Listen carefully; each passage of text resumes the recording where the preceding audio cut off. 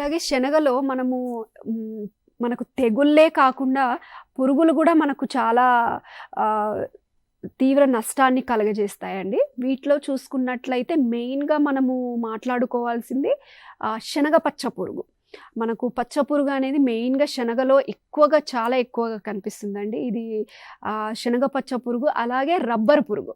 ఇవి 2 గూడా మనకు శనగలో అనేది చాలా ఎక్కువగా కనిపిస్తుంది. ఈ మనకి ఈ రబ్బరు పురుగు అనేది చూసుకున్నట్లయితే మనకు పంట విత్తిన స్టార్టింగ్ నుంచి, అంటే మొక్క చిన్నగా ఉన్నప్పటి నుంచి మనకు చివరి దశ వరకు గూడా మనకు ఎక్కువగా కనిపిస్తుందండి ఈ ఈ రబ్బరు పురుగు అనేది.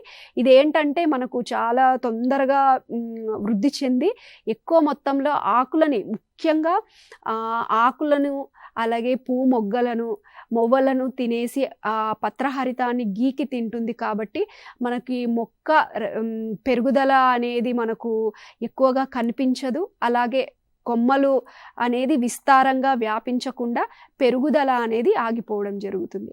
కొన్ని దశలలో మనకు ఈ పురుగు ఆశించిన పొలాలలో ఆకులు మొత్తం వడలిపోయి రాలిపోయిన సందర్భాలు గూడా కనిపిస్తాయి.